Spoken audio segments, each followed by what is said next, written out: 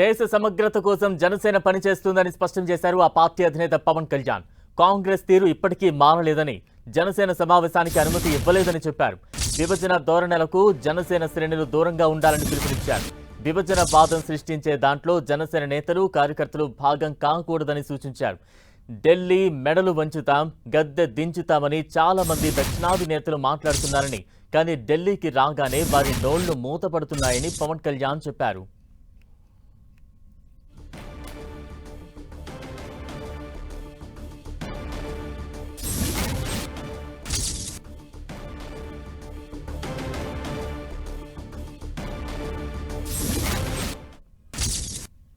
సరైన దేశం తాలూకు గాఢతని కానీ తీవ్రతని కానీ దీని తాలూకు లోతును అర్థం చేసుకోకపోతే చాలా డివిజివ్నెస్ యాటిట్యూడ్తో మాట్లాడి దేశం తాలూకు సమగ్రతని బలి చేసేయడానికి ఎప్పుడు శక్తులు సిద్ధంగా ఉంటాయి.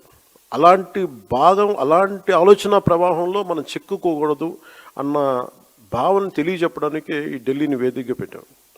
అయితే చాలా కోట్ల మంది చిన్న చిన్న ఆలోచనల వ్యక్తులు కూడా కలిస్తే అది మంచి కావచ్చు, చెడు కావచ్చు, చాలా బలమైన ప్రభావాన్ని సృష్టించగలరు.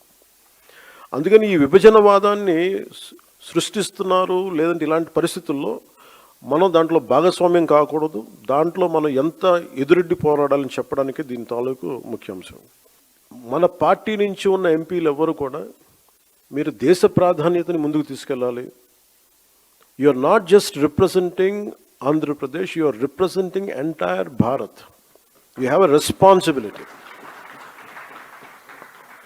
ఎందుకంటే ఒకసారి one single MP can make a huge difference.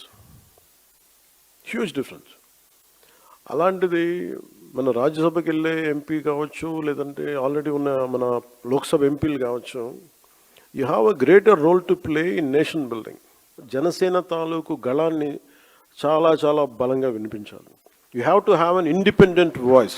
అంటే ఈరోజు ఇంతమంది ఉన్నాం ఇక్కడ అంటే దీని వెనక చాలామంది ఒక youth who wants to fight for their fundamental rights and who stood by you through the most turbulent and difficult times. ఎన్నిసార్లు మనల్ని ఇబ్బందులు పెట్టినా, ఎన్ని చేసినా వాళ్ళు నిలబడ్డారు అండగా మనకి.